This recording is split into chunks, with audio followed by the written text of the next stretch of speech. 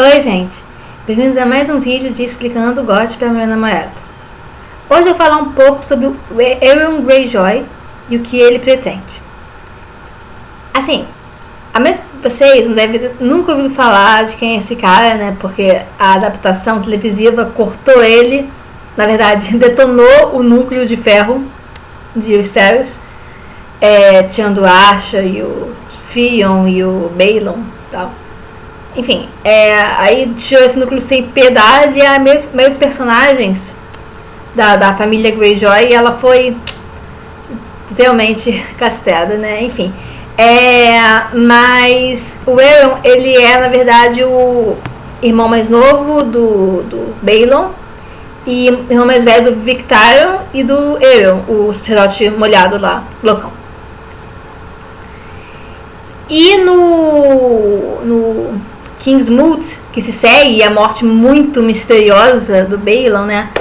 É dito que ele ou cai de uma das pontes que liga as torres do castelo de Pike, ou então a ponte se despedaça no meio de uma tempestade.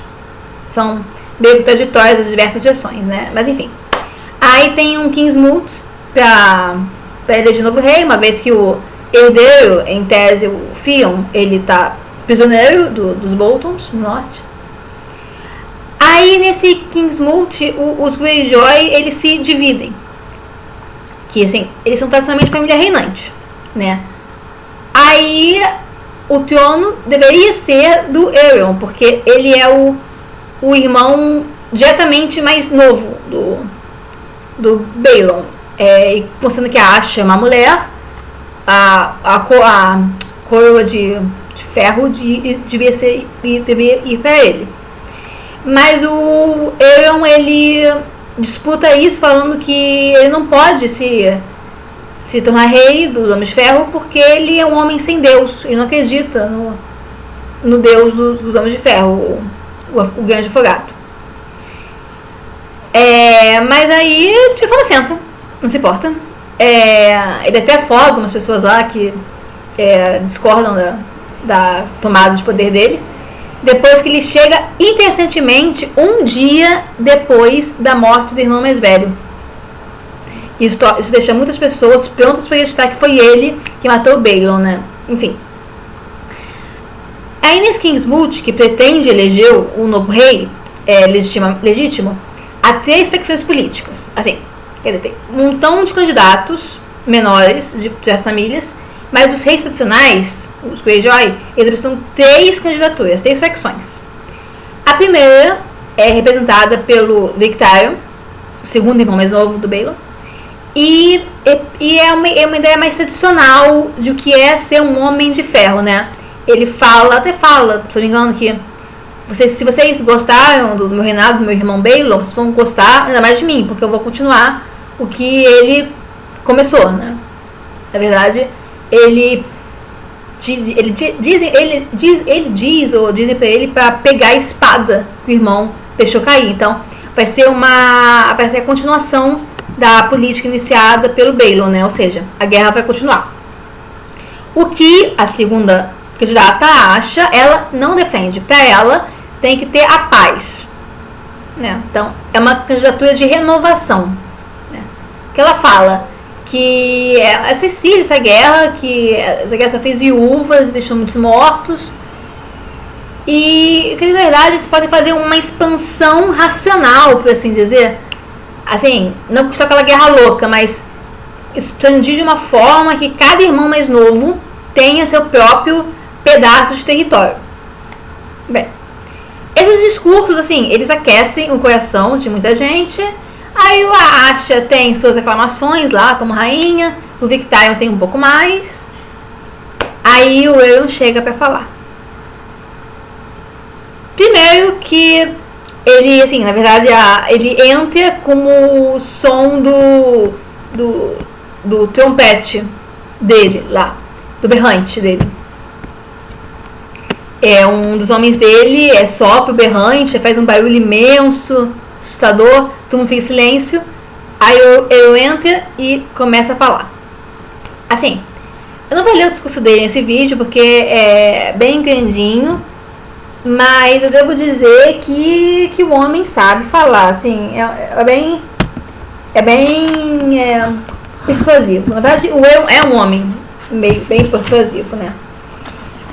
Aí ele fala, na verdade, que assim, na verdade eu não expliquei o que aconteceu por ele voltar, na verdade, para as Ilhas de Ferro. Foi que anos antes, assim, ele é um grande general do Victarion, ele ajudou o irmão nas suas guerras, mas aí uma vez ele seduziu umas esposas do Victarion, até 6 esposas, acho. Aí o Victarion queria matar ele, né, porque ele engravidou a esposa, motivo pelo qual ele teve que matá-la. Enfim. Aí o Balon falou, não, ninguém vai derrubar sangue do meu sangue nesse teto, você vai pro exílio. Aí o Aeron foi pro exílio. Desde então ele é um pirata notório, ele fala que foi nas ruínas fumegantes de Valíria, tal, que viu maravilhas e horrores além da compreensão. E numa dessas viagens, ele diz que encontrou esse berrante que ele sopra na própria Valíria, né? Que é um berrante para controlar dragões.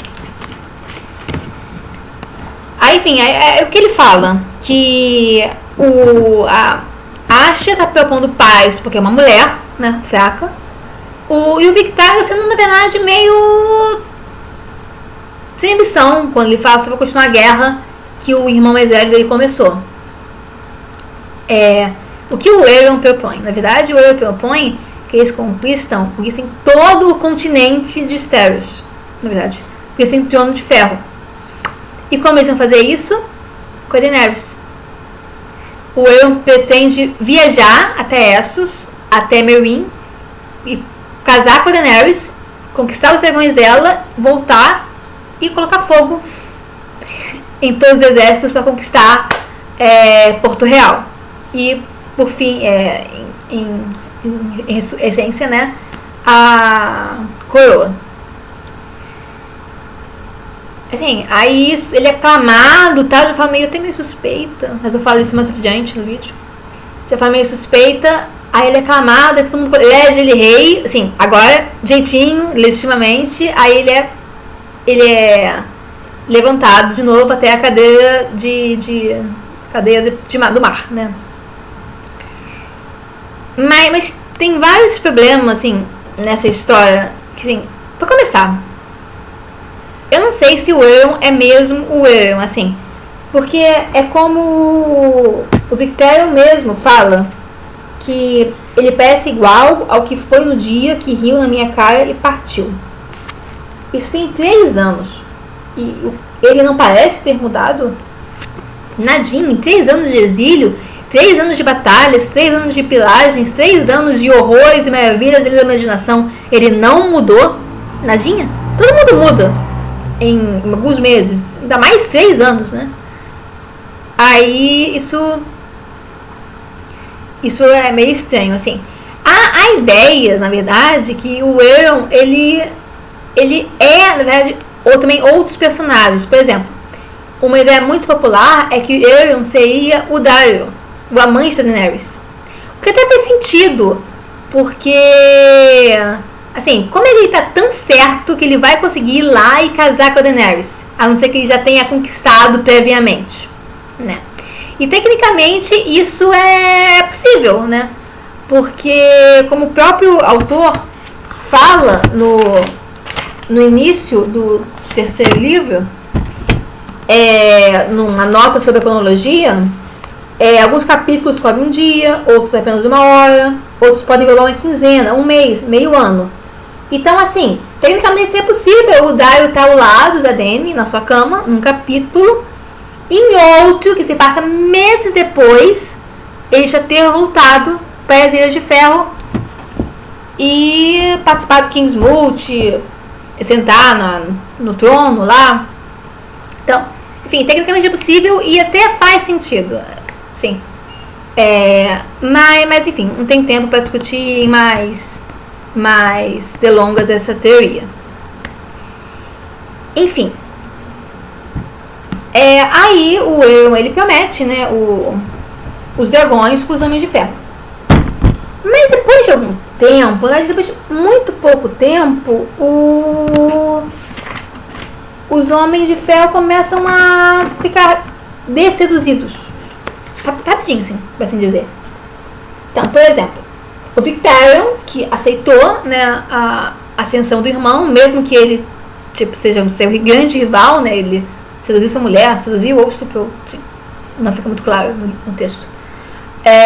Ele apoia o irmão, começa a obedecer, tal, teve batalhas por ele.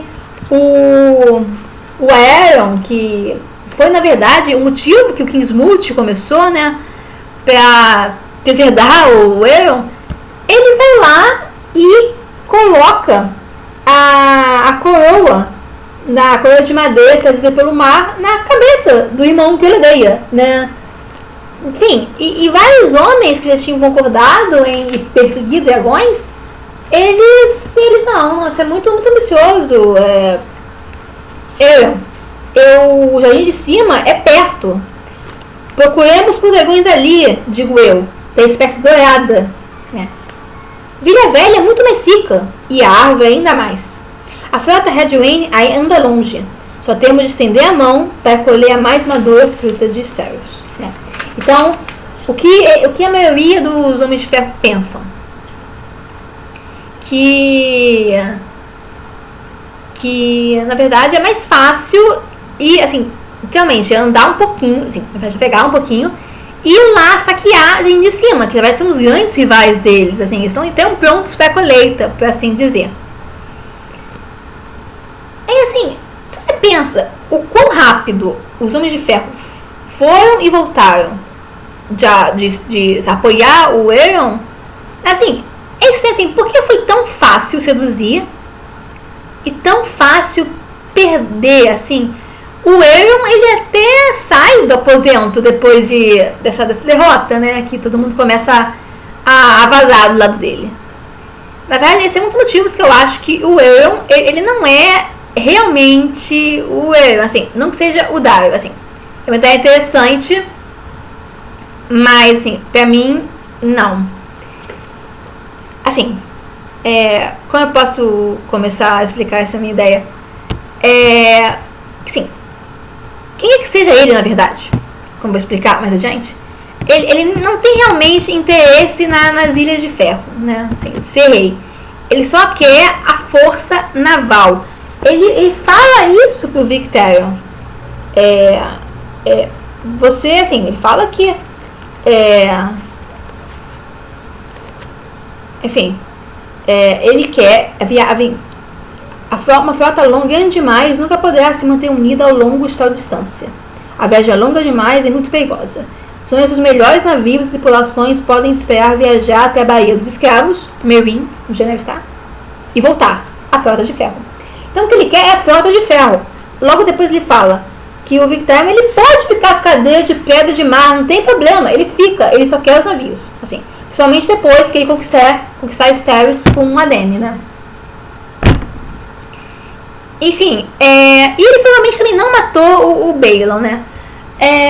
Por que eu falo isso? Porque, assim, em princípio parece muito, muito evidente o que aconteceu, né? Mas se você vê, o que fundamenta isso? As impressões dos Homens de Ferro, que o Euron voltou no dia seguinte, a morte do Baelon, e a profecia do fantasma de... esqueci o nome dela agora, mas enfim, de uma profetisa, que é a Visita, que ela fala, ela faz várias profecias bastante impressionantes nesse capítulo da área, mas esse aqui em específico parece se dirigir aos Homens de Ferro. Sonhei com um homem sem rosto, à espera numa ponte que oscilava e balançava. Em seu ombro estava empoleirado um corvo afogado, com águas penduradas nas asas. Então, parece que ela está narrando, na verdade, a morte do Baelon nas mãos de um corvo afogado, né?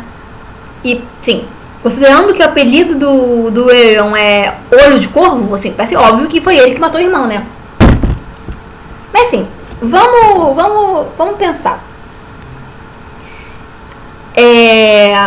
Quando ela vê um corvo afogado na ponte que balança, o que ela tá vendo, assim, o que pode interpretar, na verdade, é que um Homem de Ferro matou o Balon. Assim, não é realmente impossível, até porque o cara não se esforçava realmente para ser popular, né? Mas enfim, isso. E tem outra coisa. O Aaron, ele fala várias vezes que ele não fala, ele insinua que o interesse dele pela cadeia de Pedra do Mar só começou depois que ele soube dos dragões. E como ele soube dos dragões? Bem, ele estava lá fazendo pilhagens, né, saques, e na Baía dos Escravos, perto da Baía dos Escravos, perto de Quarth, na verdade, ele encontrou um navio com 4 Warlocks. Ele parou o navio e interrogou, né? Aí esses Warlocks, eles falaram que estavam indo atrás da rainha dos dragões, que tinha posto terror lá na casa deles, né? Colocado fogo, matado todo mundo e tal, eles queriam se vingar. Aí o Aaron percebeu, nossa, essa mulher, ela é sinistra, né? Ela tem os dragões e não tem medo de usá-los. Aí o que ele diz que fez com os Warlocks? Ele fala isso pra Victar. Encontrei um barril quando capturei um barril de sombra da tarde, que é a bebida que torna os lábios do Aaron azuis, tecnicamente. Enfim. Encontrei um barril quando capturei uma certa galeota vinda de Quarth, que trazia também cravinho e noz moscada, 40 fados de seda verde e 4 magos que contaram uma curiosa história. Um deles ousou me ameaçar, de modo que eu matei e o dei para os outros comerem. A princípio recusaram-se a comer a carne do amigo, mas quando ficaram suficientemente famintos, mudaram de ideia. Os homens são carne. Então, a ideia é que o Aaron, na verdade, detonou os Warlocks, né?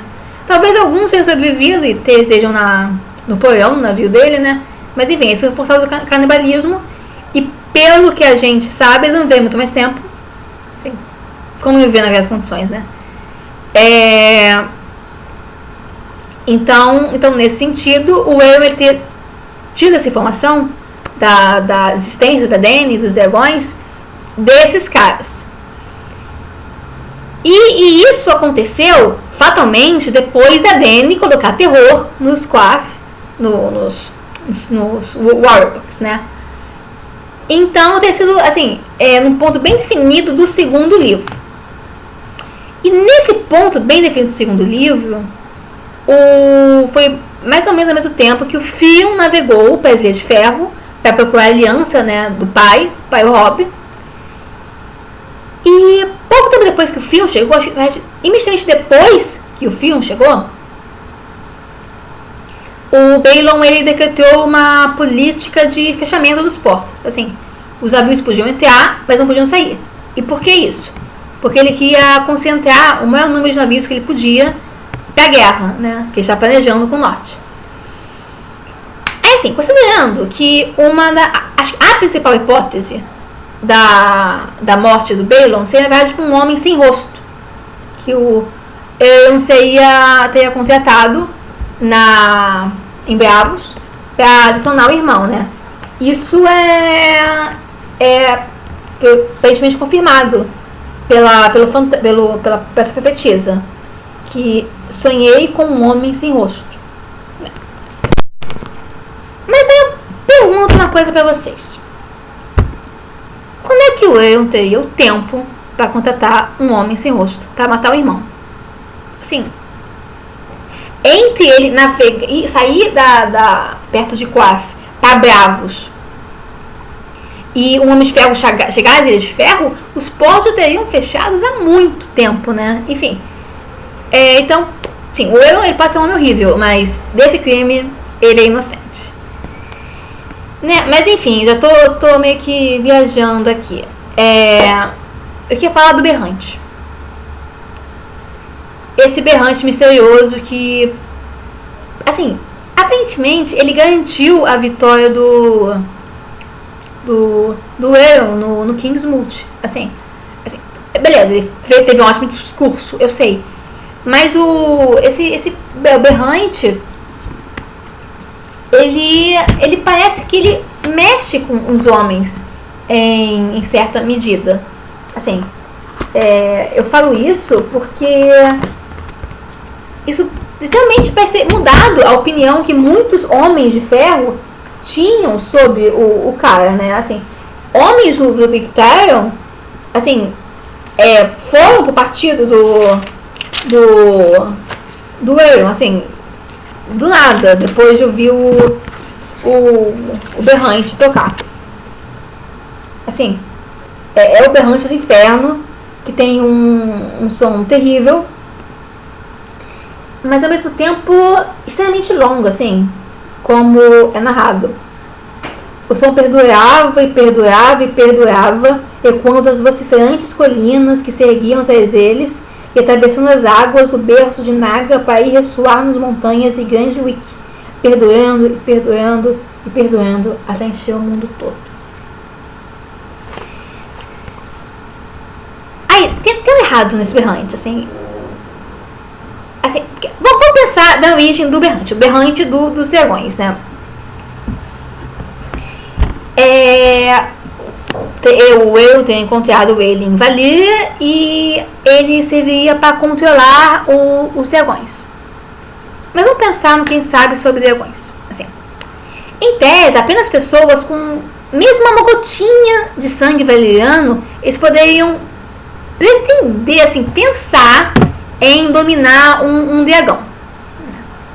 Eu acho que a forma só um por vez. É uma regra bem estabelecida que apenas existe uma ligação entre homem e dragão a cada ocasião, né? Não existem relatos de um homem ter vários dragões, né? Até o próprio Aegon, o Conquistador, só tinha um dragão, suas irmãs também só tinham um. Isso continuou pelo resto do tempo que Jantia Targaryen tinha acesso a esses animais, né? Enfim. Então, pensem comigo. Se os valyrianos conseguem de qualquer forma dominar os dragões pelo seu sangue, para que eles precisam de um berrante? Vou começar. Assim. Vai ser redundância, sabe? E além disso, vamos supor que o berrante seja para dominar dragões mesmo. Tem dois problemas. Primeiro, na época do auge da glória do Império Valyriano, existiam centenas, se não milhares de dragões, né? Aí o cara vai lá e sopra o berrante. Qual dos milhares de dragões vai vir pra ele? Assim, parece uma coisa meio mal planejada, meio aleatória, sabe? Esquisito. E além disso, é narrado o bicho é descrito aqui como sendo assim, muito grande. É uma coisa retorcida com 1,80 m de ponta a ponta, negro cintilante e unido com faixas de ouro vermelho e escuro laço valyriano. É morno e suave como as costas da mulher morena, amante de Victorian. E tão brilhante que podia ver a imagem distorcida de seu rosto nas suas profundezas. E estranhos escritos mágicos haviam sido entalhados nas faixas que o cingiam. Aí o feiticeiro, que está com um feiticeiro que o Victorian encontrou na sua jornada, ele sabe alto valyriano e lê as inscrições. Ele lê o nome do berrante, sou o atador de dragões. Ele diz. O atador de dragões. Assim, o bicho tem 1,80 m, assim, é um troço gigantesco. Como pessoa lá que pretende dominar o dragão, assim, presumivelmente já tem que andar com o berrante, né, para continuar dominando o animal. Como ela vai conseguir fazer isso no dorso de um dragão? Não dá, assim. Mas vamos pensar no nome do berrante. Atador de Dragões. O nome me faz pensar que, na verdade, o objetivo do berrante não é de controlar dragões, mas sim de atar pessoas aos dragões. E quando eu falo dragões, é valyriano, né? Ou seja, sem um instrumento de controle de escravos. O que é, na verdade, demonstrado pelo comportamento posterior do uso dele, né, do Kingsmoot. Mas quando é que tudo começa a não dar certo pro Euron, né? Quando o cara que soprou o berrante, né, o Kragon, ele morre. Isso é mencionado pelo Euron, né? E por que ele menciona isso? A não sei que seja muito importante, né? Pelo visto, o controle do Euron dos Homens de Ferro estava estritamente ligado à vida do cara que soprou, do Kragon. Então, nesse sentido, provavelmente, o Euron ele nem encontrou o berrante na própria Valíria, né? Provavelmente ele achou em uma das colônias de escravos, onde ele era mais preciso. Enfim, o vídeo está enorme. Concluí correndo agora, perdi a noção, desculpa, gente. Então, nesse sentido, quando ele dá o berrante para o Victarion, não é para ele dominar os animais que a Dany tem, mas dominar a própria Dany quando ele soprar o berrante, né? Supondo que ele não morra, assim como Kragon, né? O que seria uma situação de vitória por Euron, principalmente se o Victarion ele cumprir sua promessa de roubar a Dany do irmão, né? Mas enfim, me estendi demais. Se gostaram do vídeo, curtam. Se quiserem, compartilhem. E se desejarem mais vídeos como esse, é só se inscrever no meu canal aqui embaixo. Tchau, tchau, gente.